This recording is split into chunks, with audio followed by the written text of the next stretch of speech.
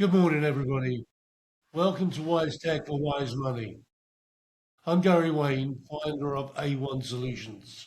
At A1 Solutions, we help founders, consultants, and leadership teams grow more intelligently through better strategy, smarter use of technology, and practical AI driven automation. Today's episode is Falling in Love with the Customer, Qualitative Research, Insight, and the Future of Understanding People. It's about quality of research, customer care, and why the customer is still very important. I'm joined today by Jesse Caesar, who specialises in research. Jesse, great to have you here. If you would care to sort of give us a little bit of background and detail as to how you started out in life and how you arrived to where you are now. Sure. Nice to be here, Gary. Thanks for having me. I like the title, "Falling in Love with the Customer." That's something that I feel I'm always striving, at least, to do with my clients. So yes, I am a qualitative market researcher. Another way to look at that is just a sense maker. It's about getting to these fundamental human truths about your customer so that you can make better business decisions to serve them. Nobody will tell you that they dreamed of being a qualitative market researcher when they were a kid. Even the biggest sicko in our industry probably had some circuity in their path to this job. But I started out, I think, well, just always a curious person. I think that's been probably the thread running through all the stages of getting up to here in this current role. Studied psychology and anthropology when I was in school. I came out though to New York with dreams of being an ad man.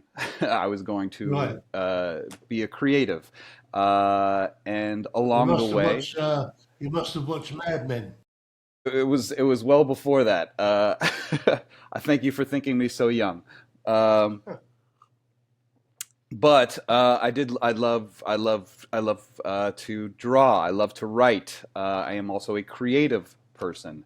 Um, and started doing media planning, thinking make my way laterally into that, uh, and decided that really wasn't the best fit. Wound up in a role in branding, um, and that's where I really got exposed to market research as a discipline. Uh, my understanding of it before, when I was thinking of being in the ad world, was these were the people that came in and lifted their leg on all that wonderful creative work that we had done, and watered it down and took out all the magic. So I had a some exposure to that in my branding role. I came to really appreciate and find something stimulating in that process of getting in with a company when big strategic decisions were being made, and that really has been a big key part of my practice today is doing that kind of deep foundational research, working with a company when the clay's still wet on core decisions. And from the branding role, I went to market research.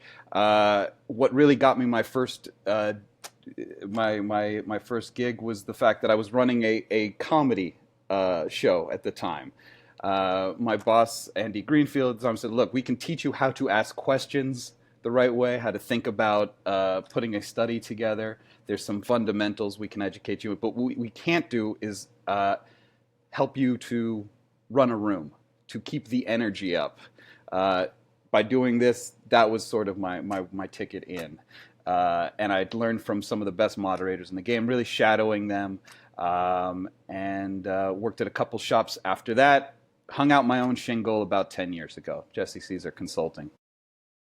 How do you describe qualitative research as opposed to any other research? So usually people look at it in the kind of binary framework of qual versus quant. I'm less methodologically rigid with that. But qualitative is really about asking questions. So it's about um, an exchange, though. It's about getting in front of something, in front of somebody that can be virtual, but it is having a back and forth. There has to be a follow up. You can have a quantitative type survey where there's an open response. You can have uh, comb the web for people's written feedback or video testimonials. This is not qualitative material. It can be a starting point for that. But until you've taken that first response and brought it back to that person who provided it, that's not qual. You have to have some of that, a little bit of that first point of friction, that attention and that follow up. And that's what produces that deeper insight, going beyond what people just say, because often that's not where the insights lie at that surface level. It's going beyond that. Really, what's driving them to say that, to give that opinion, belief, perspective. How does that help businesses? Well, the best businesses in the world understand that they are there to serve the customer at the end of the day. And in order to serve that customer, they have to understand who that customer is, what motivates them, what their pain points are, what problems they're trying to solve in their life, what role the brand is playing in their life or could be playing in their life. Some of the best studies are really kind of these fishing expeditions where you go in and it's very blue sky. You're trying to just really understand where we as a company might meet these people in their lives. How do you get clients to fall in love with their customers? So the best real qualitative insights come from being immersive and having context. So the closer you can get to that customer, the richer the insights are going to be. And when I say closer, I mean there's a physical proximity element to that in a big way. It's getting to that customer in that relevant moment of truth for the company. That might be in the shopping aisle. That might be in their living room. That might just be looking over their shoulder when they're at their desk at work. So being in that moment of truth where they can actually not just talk to you about what they do, think, feel, believe, but you get to observe them in that moment and actually point things out that they might have just not even thought to mention because it's become so kind of absorbed into their routine, their ritual, their habits. Because you're providing that outsider lens. You're going in very much like an anthropologist into some unstudied tribe of people. You are going in there and you are being open and you are being at least willfully ignorant about what's happening in that scene and what's driving the action there. So when a client comes to you, what does the initial conversation look like? I mean, how do they engage you? Well, it depends kind of their level of research literacy. I work with clients at all kind of phases of their development as a company, and with different levels of experience with research in the past. Sometimes people come to me and just say, "Hey, we want 3 focus groups," and then it becomes my job to say, "Hey, wait a second, let's talk about what your problem is." That might not be the best route. Maybe you want to do quantitative research instead here. Maybe there's already good secondary information you could kind of just comb and pull from the internet. It might not be the move to do qualitative research at all, and it might not be to do it in that way of focus groups. Focus groups are a great tool in the toolkit, but they're not always the right or best option. Um, Sometimes they come to me just with, hey, we just don't know who our customer is. There's just sort of these big questions.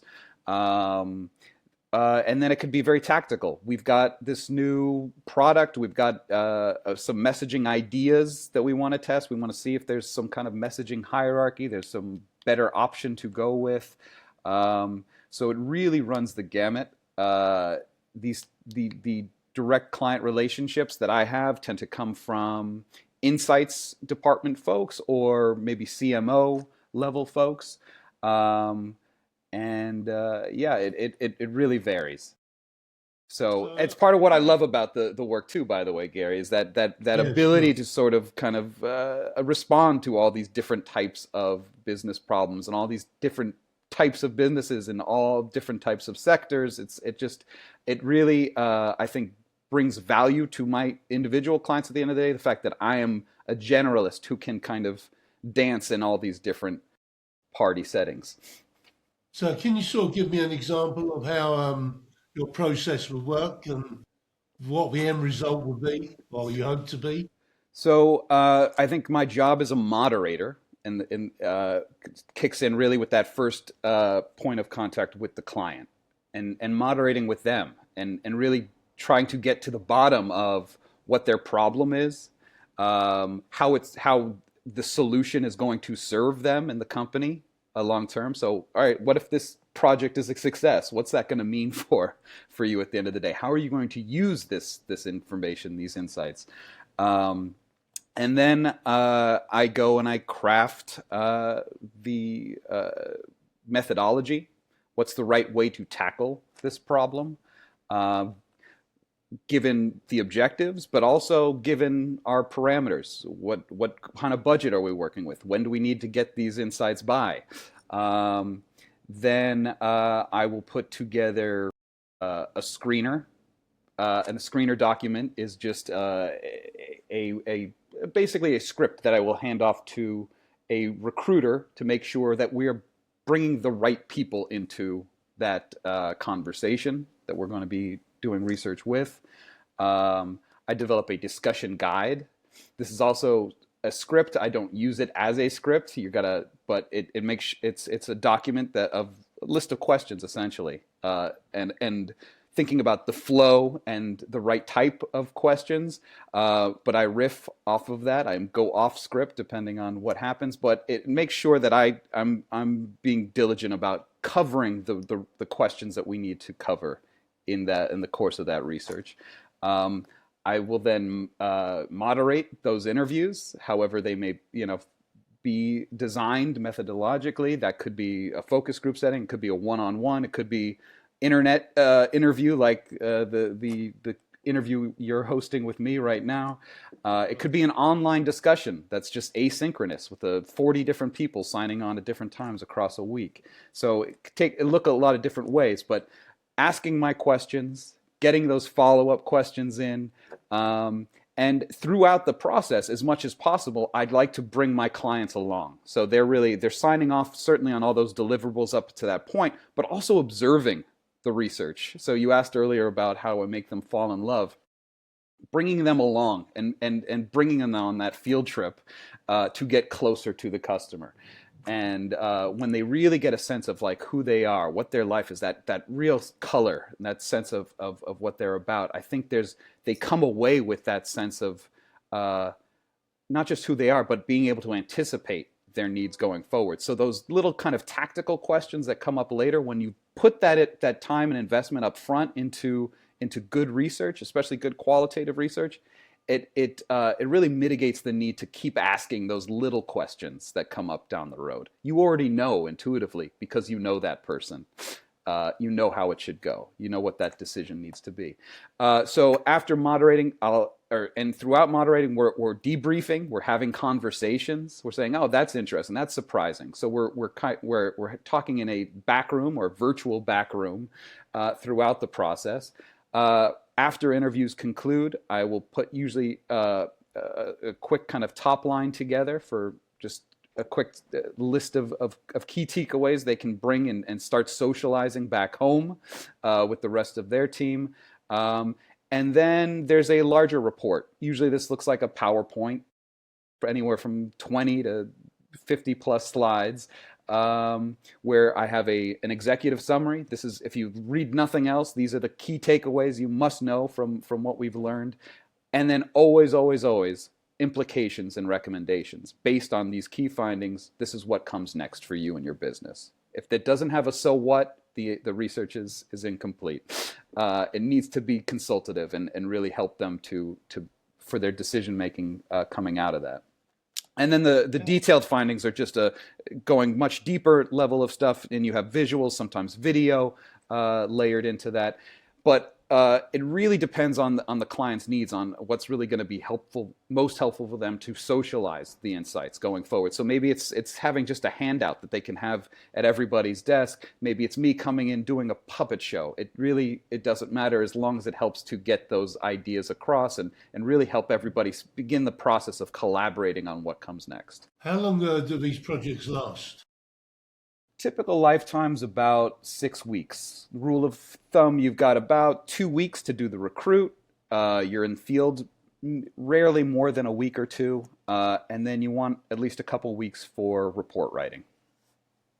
Do you have to do follow-ons?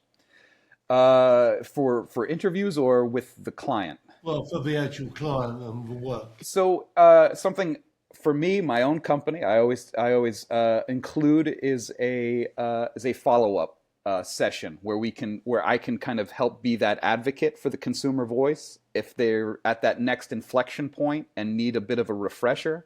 I'm always available for quick kind of like one-offs. I don't charge for my time and those things. That's all just keeping up client relations. But for me, I really, it's a little bit just like the work itself. It's a little bit squishy, a little bit nebulous, but it's sometimes a challenge to really kind of point to your ROI as a consultant when you're doing qualitative research, because it's rarely just a clean kind of metric you're looking to move the dial on. So, and there's also not a lot of clarity in terms of what happens once you've handed off your insights and all the kind of layers that then needs to be absorbed through, and you don't really know what that how much impact each one of your insights has made on all the decisions that follow in that finished product, service, messaging campaign. So how do you price that? It must be such a difficult job. I tend to. It's a little bit of art and science.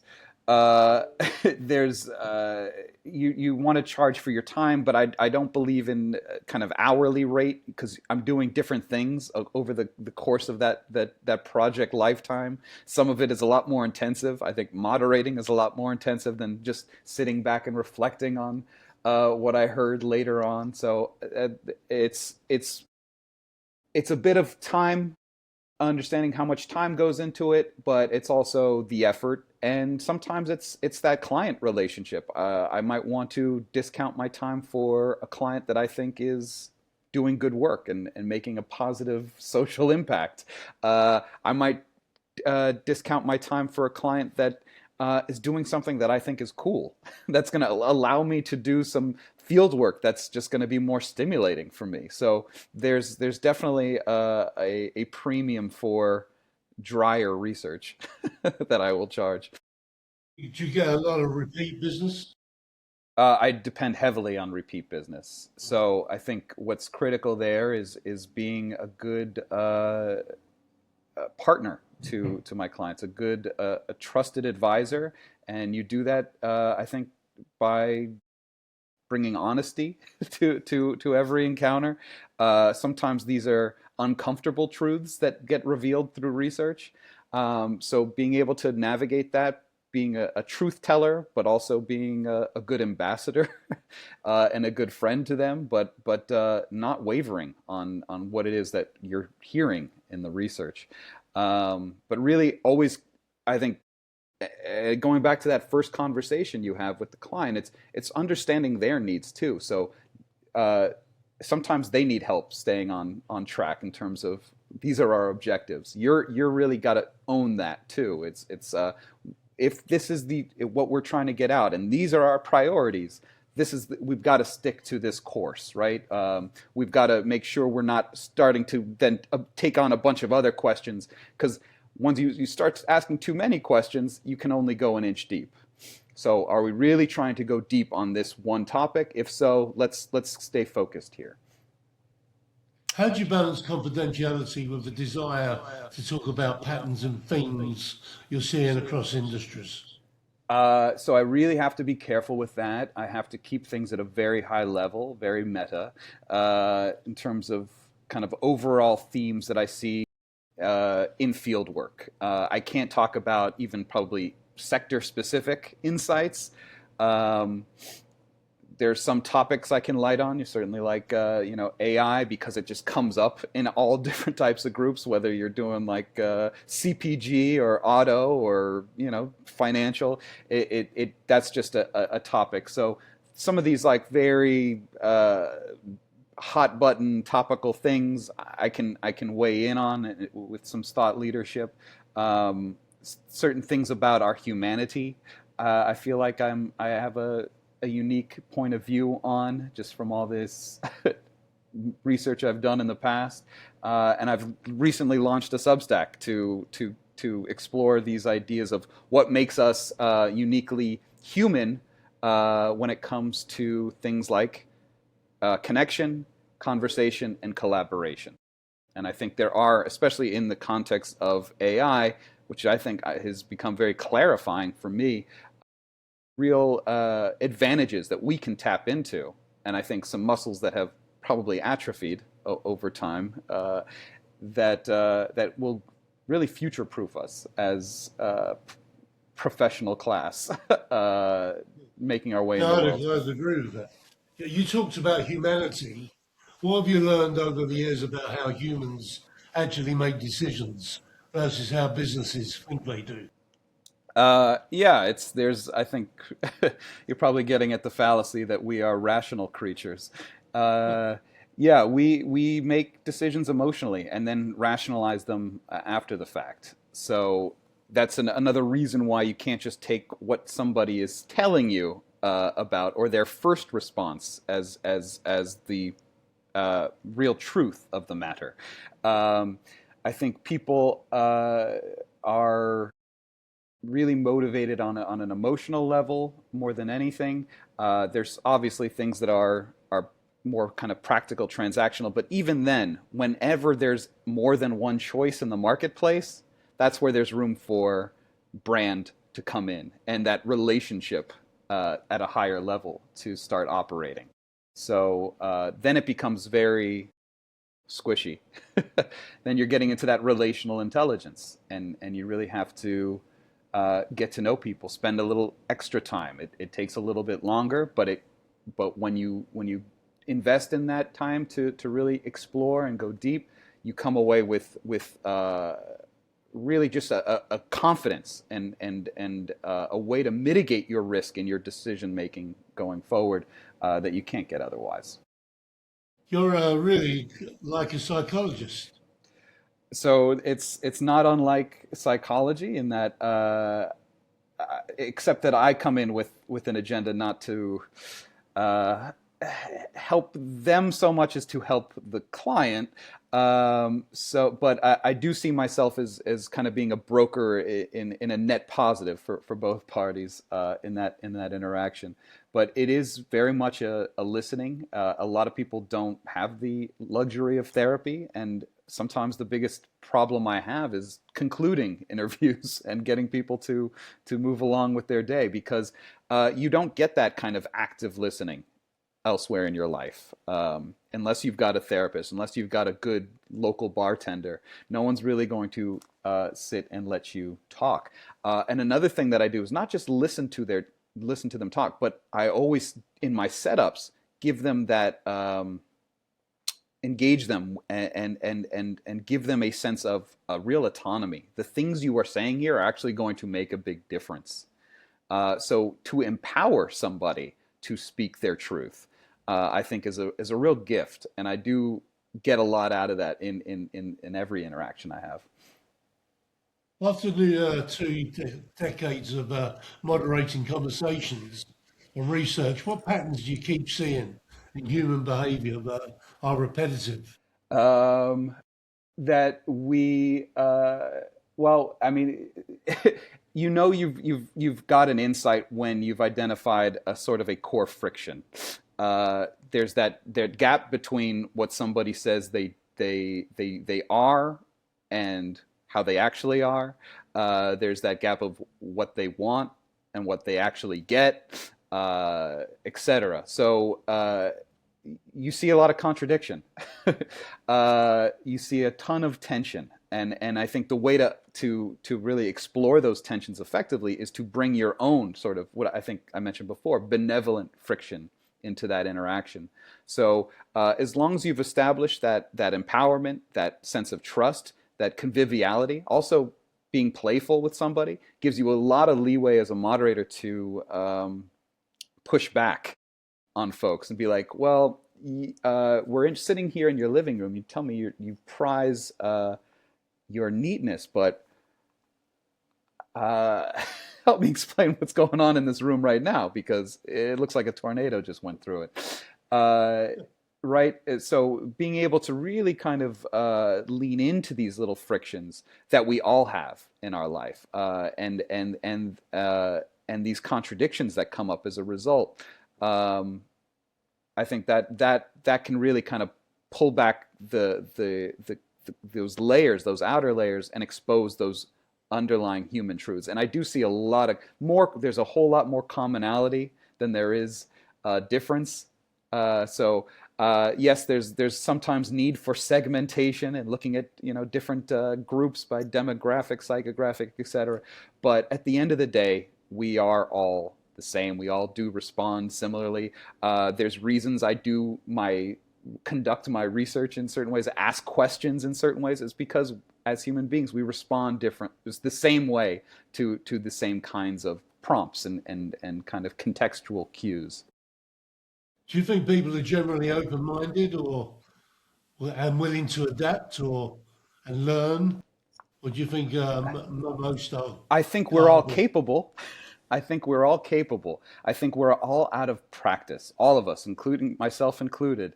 And that's again part of the impetus behind the How to Be Human Substack. It was really about, I think, getting us back to these fundamentals of relational intelligence. I think you have to be disciplined about bringing in your openness. It's much easier to operate in auto mode, and part of being in auto mode is having your framework, your core beliefs, or it's not might be something you're totally all that attached to. It's just that you're so familiar with it, and so it becomes easier to just say, no, that's green, that's blue, that's for me, that's for you. But sometimes these kind of research occasions are an opportunity to really kind of shake you out of that. And it could be that an exercise, right? A projective exercise. Having fun, I think, is a big part of it. I think a lot of us forget to be playful when we get older, and part of having a conversation in qualitative research is an invitation to play.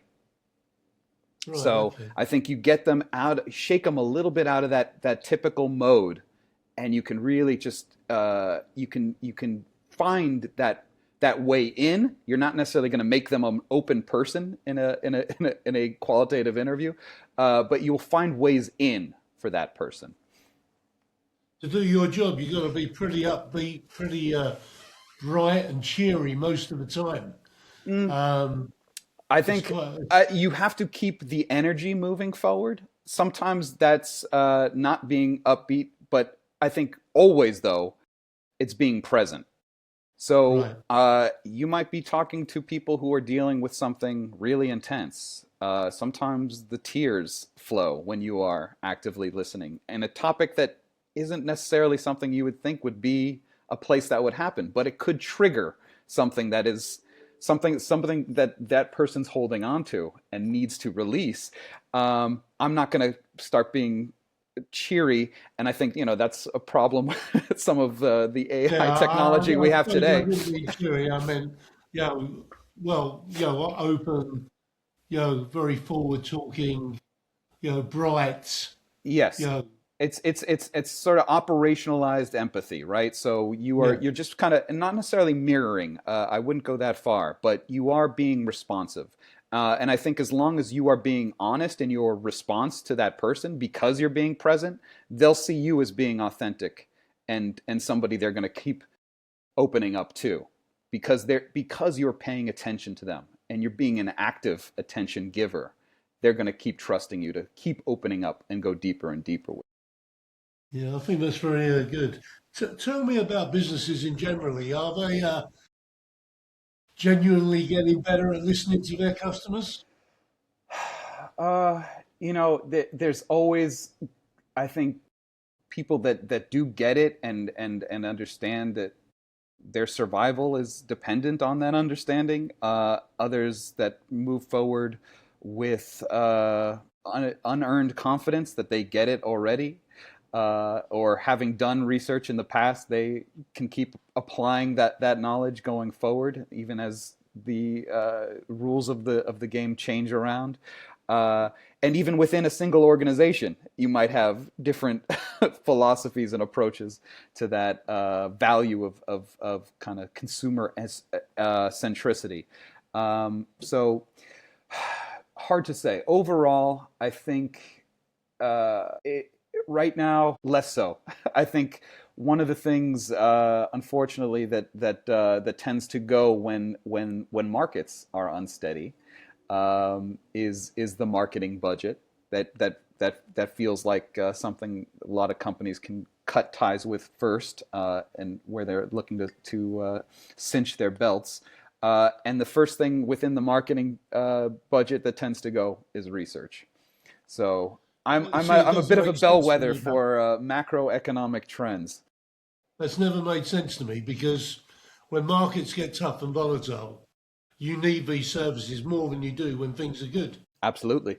You want to Crazy. make sure your aim is true when there's Yeah. less arrows in the quiver. How has technology changed the way you do your business, the way qualitative research is conducted? Well, it's funny.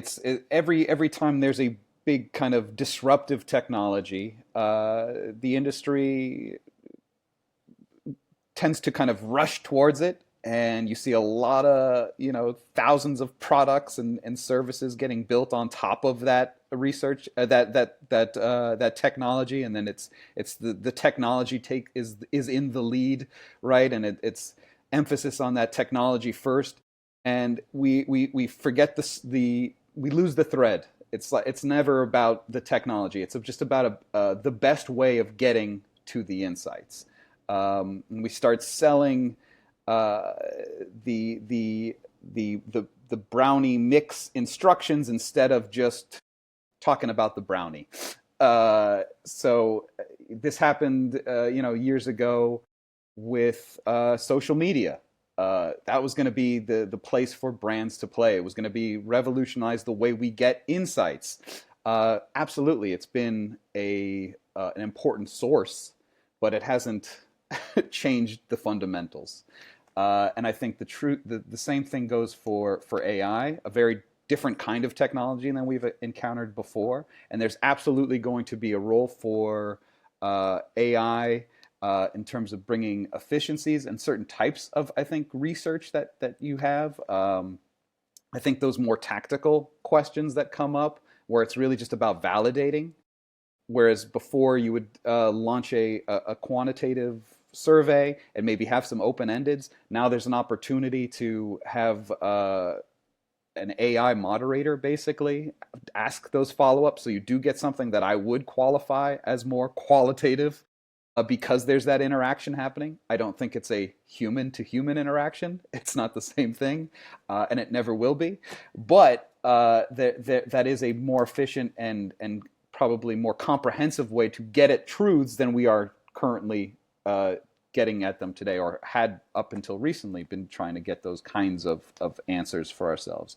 And just in terms of knowledge management, finding the right tool or right set of tools that can be your archivist and help kind of, like I sometimes will come back and be that advocate for the voice of consumer. You can have a tool that will basically help remind you, yeah, this is what that segment is saying. This is what happened in our research from 2 years ago, to keep things fresh and top of mind for folks. For me I talked to a personally, research. I'm still finding my way in with it. I'm going very deliberately, very slowly, uh, to find a way to integrate it into my personal workflows. I talked to a research company this morning, funny enough, and different type of research to what you do. And they said medium-sized companies were actually using AI for research, whereas the larger companies are still using, company specialists.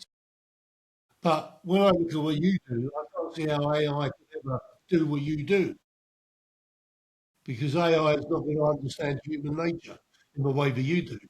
I think I don't think we're going to get to AGI. I don't think that's possible because these aren't living beings. They do not have the human experience, so and they do not have emotions. So they don't have the most important emotion when it comes to research, which is curiosity. Uh, these are machines, and they can't relate to us. They cannot. I think they can simulate some of these traits of us, but ultimately, as human beings, we have the upper hand when it comes to really connecting and engaging and going deeper and being creative. I think that's a core thing that you're not going to get. They're not thinking. We use these metaphors to kind of get our brains around what it is that this technology is doing. But it's not thinking either. It's not having emotions. It's not having experiences. And it can't bring that part of itself into any exchange. Ultimately, that's a hollow kind of interaction. And I think it's very worrying to me to see, the trends, the growing trends of people who are opting for a friction-free experience by having ongoing relationships with these tools. I think there's that. That to me doesn't say these tools are all that effective. It means we've just gotten so bad at it as human beings. You mentioned Substack. Talk to me about Substack, the thinking behind it, how it works, what it does for you. Yeah, I'm interested in that. Yeah, I mean it's fresh. Literally just launched last week. My Substack. It's a this idea of how to be human. It's been something I've been thinking about for a long time, and Substack just seemed seeing a lot of thinkers that I admire across the spectrum, not just strategists and researchers, but independent journalists. It seemed like a hot platform to join. It was a way to easily sort of transfer over my contacts, so I was able to kind of start out with a lot of subscribers at first. Um, and I just kind of generated my first post. I'm not looking to make this a very full-time thing where I'm at a kind of weekly or even monthly cadence, but I do want to keep posting and getting my point of view out there. But like I said, it's not just about my point of view as a researcher and all my years of observing human behavior in the field. It's also using my market research skills to have conversations with subject matter experts and on the topics of connection, conversation, collaboration, um, and this runs the gamut from rabbis to strippers. Very interesting. Tell me about your ideal work situation. You described yourself as essentially a business of one. What drove you to that, and what are the advantages in your mind? It's to be able to, well, firstly, I love the autonomy. While I do miss some of the day-to-day mentorship, whether that was somebody who was maybe more senior, somebody more junior, just being able to kind of hone my skills against somebody else. I don't get that on a day-to-day when I was part of a team in full time. I'm part of teams all the time with projects, but those are shifting personalities and very kind of discrete timelines. So while I do miss that collaboration and ability to kind of sharpen my skill set in that way, there's really, it's hard to rival the autonomy of doing things your way and on your schedule and with the outputs that you're really hoping to achieve. So for me, it starts with integrity and truth, really being laser focused on those objectives. What are we trying to do? Because yeah, it's fun to go out in the world and talk to people, but if there's got to be a so what at the end of that, right? It's got to help that person's business, my client's business. If it doesn't, then the research is a failure. So staying true to that, uh, also coming with empathy, being able to really understand where people are coming from, whether that's my client and their internal issues and their vision for where things need to go, uh, and their end customer, really helping understand what they're about, helping them to then yes fall in love with them as their customer. And my other watchwords, so there's truth, empathy, and fun. Again, being playful, tackling this problem in more than one way so that we can unearth those kind of hard to find truths that do exist there. And everyone has their nugget of truth. And it's just about finding the best way to get at it.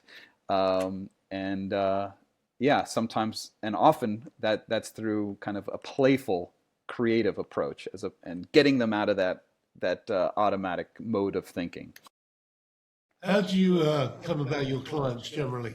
How do you create your new clients and relationships? Well, going back to the Substack, that's part of the hope of that is to not just lay out something that I'm hoping will add value to the larger conversation about you know being better human beings, essentially at the end of the day, but bringing a little bit more awareness to my own profile, building my brand with thought leadership. So we'll see. That's all very new days. We'll see where that goes. I also cross promote that on LinkedIn. I'm very LinkedIn promiscuous, taking on new connects and reaching out to anyone who I think might be interesting to follow, a potential client. Um, so those are my two main channels, I'd say, right now. And then it's just past clients and making sure I keep up relations with them as much as possible, reaching out if it's been a while between projects, and as much as possible getting together in person if we're in the same place. What excites you most about the future of what you do and how you're going to do it? I think, especially now, I think I mentioned this before, the clarifying effect of AI. I think for me, it's really reinforced the how central the human is in all of what we do. And I see so many people chasing AI again, going like, this has got to be front and center. We're AI first and AI that, and all the other stuff comes later instead of thinking about that as just a way to get you to that value proposition that you're selling at the end of the day. Uh, so for me, I think it's being able to zag in that kind of a marketplace and going harder on humanity. And I think things will swing back to that focus. I think with all this sort of push for optimization and seamlessness and AI centricity, uh, there's going to be a deeper and deeper sort of need for getting back to fundamentals. So I think while there will always now be sort of these kind of solutions out there, I think that the kind of work that I want to be doing is never going to be is going to become even more kind of relevant and value driving in the future. If you could change one thing about how businesses think about customers and research, what would it be? Probably that they're complex, squishy, and wonderful. And there's much to marvel at. And I think to be able to drop your agenda even just for a little while the process itself of discovery can be extremely rewarding. Not just the insights that you get at the end of the day, but just that process of interaction. That's really a very magical part of the overall sort of research life cycle. The process itself has its own value. It helps you get closer. I think, I found it very refreshing talking to you. You seem to love humanity. It's, it comes across, and it's very good to hear because you talk about empathy and you talk about a lot of different emotions. And I think, and I'm not being a cynical old man, but a lot of the time you don't come across these emotions from people. Look, I think to be a good moderator, you do need some fundamental sort of traits, but if you don't have the empathy, then it's not going to work. You've got to bring that openness and faith in people. Really, everyone Yeah. I think has a story, and I think that's for me. That's just always been fascinating. That we're all kind of these vessels for a lifetime of stories and contradictions and motivations and drivers and other relationships that we branch out to. So there's just so much to explore. it's Yeah, it's a, no, it's you're a right shame to about not be that. doing it all the time. I've done about 28 podcasts now, and it's amazing what you learn. It is really quite refreshing, and people are all so different, and their stories all so different. It's very interesting. Just before we wrap up, for founders, consultants, or operators listening to this, what's one piece of advice you would give them about understanding your customer better? Uh, spend that time and treasure doing good research up front because it's going to mitigate your risk uh, and inspire you and help you steer towards the right future. Uh, that investment's going to pay off dividends when you do it early, and you don't have to do it as often. Fantastic. Well, Jesse, I want to thank you for being on the podcast. If guys want to find out about you and what you're doing and want to reach you, what's the best places to go?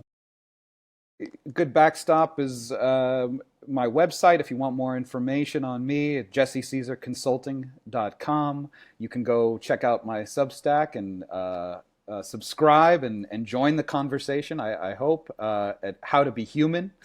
And I'm on LinkedIn. Brilliant, Jesse. Well, I want to thank you for coming on my podcast. I want to thank everyone for listening. I'm Gary Wayne from A1 Solutions, and this has been Wise Tech for Wise Money. Well, have a good day. Thank you.